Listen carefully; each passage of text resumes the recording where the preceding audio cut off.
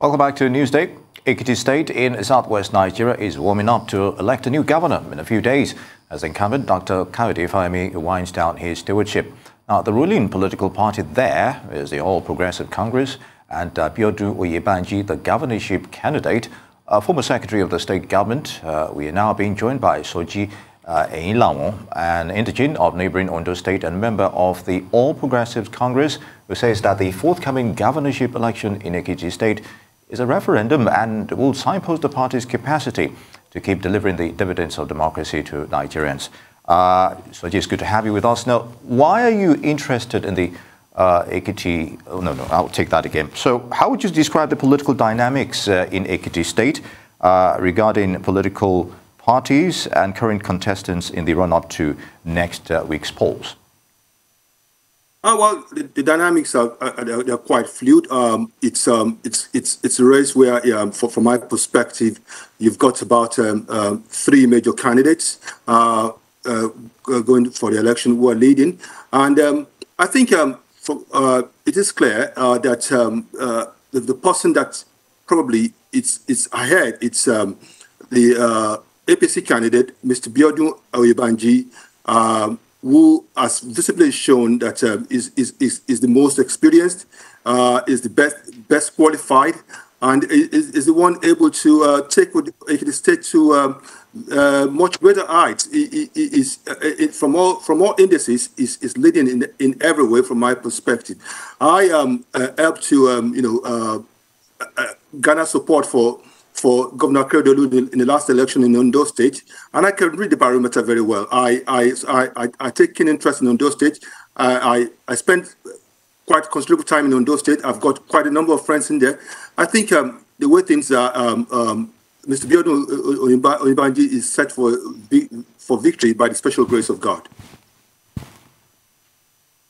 All right, very good. Now, let's go back memory lane. From the days of former Governor Ayo Fayoshi, Ekiti State has had its fair share of political upheaval, conflict, and, of course, controversy. So, have lessons been learned on political tolerance in the region? I think lessons have been learned. I know that there were stakeholders meeting in recent times, which all of the parties, all of the candidates participated. And I think one of the highlights of it is words of cooperation from all of the candidates. I can say for certain about Mr. Abiodun Oyebanji, he has led a campaign that is based purely on issues, very, very clear issues about where he wants to take Ekiti State to. And he has requested, he has sought for tolerance from everybody, the spirit of friendship in this election. Because after all, they are all going out to serve the people of Ekiti State. So there should not be any reason for any violence. I think if we base things on what has happened in recent times, I think there's a feeling of cooperation, a feeling to ensure that the will of the people is respected, a feeling to ensure that there's smoothness in the election. So I think that feeling is prevailing. Hopefully that will prevail till when the election is held, and then we'll have the final outcome, which I want to reiterate.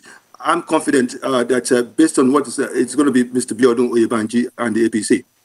Well, some have argued that this impending election will be a very hotly contested one. In your view, how prepared do you think the major candidates are, namely Abiodun Oyebanji, Bisi Kolawole, and Segun Oni? Let me take it first from Mr. Segun Oni. Mr. Segun Oni has been the governor of Ekiti State in the past. He failed, to even win the PDP candidature, and had to go to SDP. And as you can see, the SDP itself basically lacks some measure of legitimacy. Just recently, a key leader of the SDP, Chief Olufala, didn't even recognize any of the factions. We don't even know which factions is the legitimate one. So so there are those kind of problems with the SDP, and I don't know how he wants to run on such a weak platform, and it doesn't seem to be coming across quite well. And Mr. Bisi Kolawole also comes from a party where there are internal differences. And they're still unable to resolve those differences. I know for sure as a politician myself that unity is quite important in running for in trying to go towards an election. So that's a fundamental problem for the PDP. Even though they've been campaigning, I think that's going to hinder them. From the perspective of Mr. Abiodun Oyebanji and his party and the party, the APC.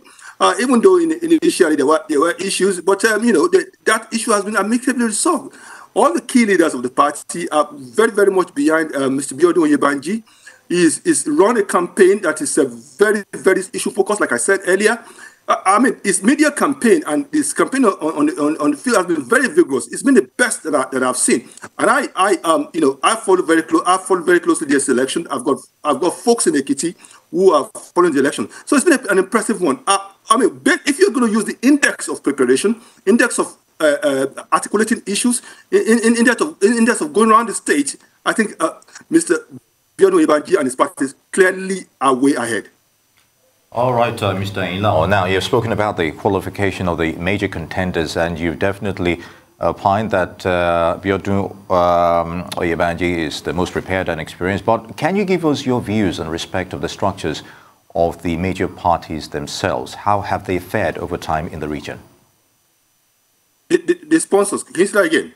I'm talking about the parties, other parties as well. How have they fared in Ekiti over time, the structures as it were? Yeah, as you can see, you don't even need a soothsayer. You just need to be in Ekiti State to see that the most solid structure on ground is the APC structure. Like I said earlier, you can hardly see the SDP structures anywhere. It's a party that has just been quickly put together to be able to help actualize the governorship, as far as Ekiti is concerned, governor ambition of Mr. Shegun. So there's at the local level, at the state level, the structures are just very, very weak. And like I said, the structures of that party suffers from a serious legitimacy problem. So that's a big issue from my perspective.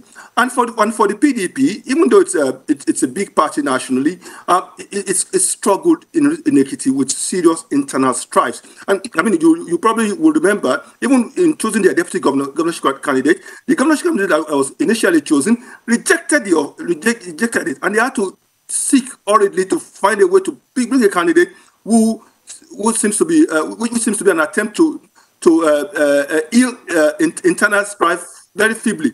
But with the APC, the structures are very strong. The party is growing. There's defection into the party.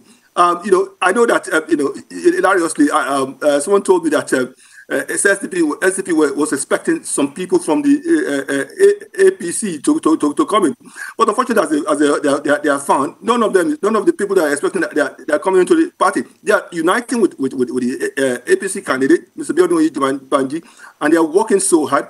And this is promising to be not just a victory from my perspective, a landslide victory for the APC and Mr. Abiodun Oyebanji. Well, there have been accusations, coming from the Social Democratic Party and the PDP. They raised alarm alleging that the governing APC is looking to harass their members on election day to prevent them from voting. So is there any truth to this, or is this the reason that it will be a landslide for them? Let me be clear with you. I think this is just, it is looking very clear that Mr. Abiodun Oyebanji is set to coast to victory, and these are just scare tactics, scare tactics from parties who see an imminent victory of Mr. Abiodun Oyebanji and his party. They know that the people of Ekiti love Mr. Abiodun Oyebanji. is somebody who has lived amongst them, who spent most of his years among them. He shares an affinity with them. They can see the realization of their hopes and expectations in Mr. Abiodun Oyebanji. And don't forget, this was a man who at a very young age, at 27 years old, was involved alongside with the founding fathers of Ekiti to help craft the vision of Ekiti. And he has helped to implement them. He has spent about nearly 11 years in public service. The people love him. He shares affinity with them. So what these expressions that by these parties is just some council of scared artists raising an alarm where there's none, because they realize that, it appears Mr. Abiodun Oyebanji seems to is coasting to victory, as it were. All right, let's digress a little here and look at governance in Ekiti itself and beyond Mr. Oyebanji now. Most legislatures are described as a rubber stamp in Nigeria when it comes to party dominance. So is Ekiti any different, especially when it comes to qualitative policy implementations for the public?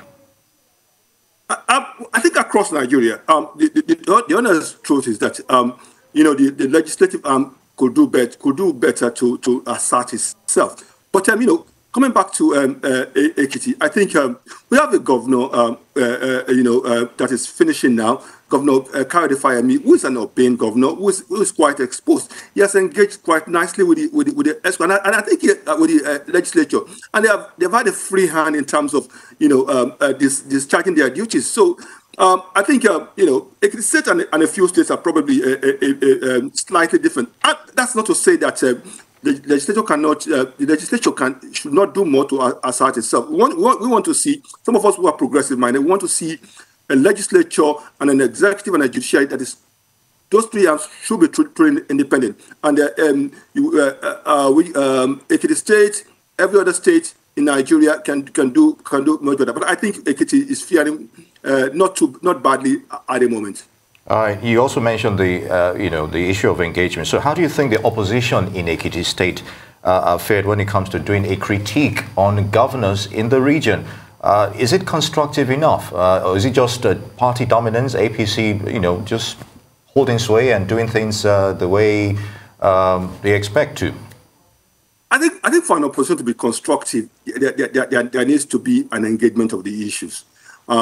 Quite sadly, there hasn't been that much engagement from of the issues from the Ekiti State opposition. It's been a case of it does seem to me, particularly wanting to just get power. I'm not very sure that with the main opposition, but they truly understand fully what they want to do with the power, even if they got it.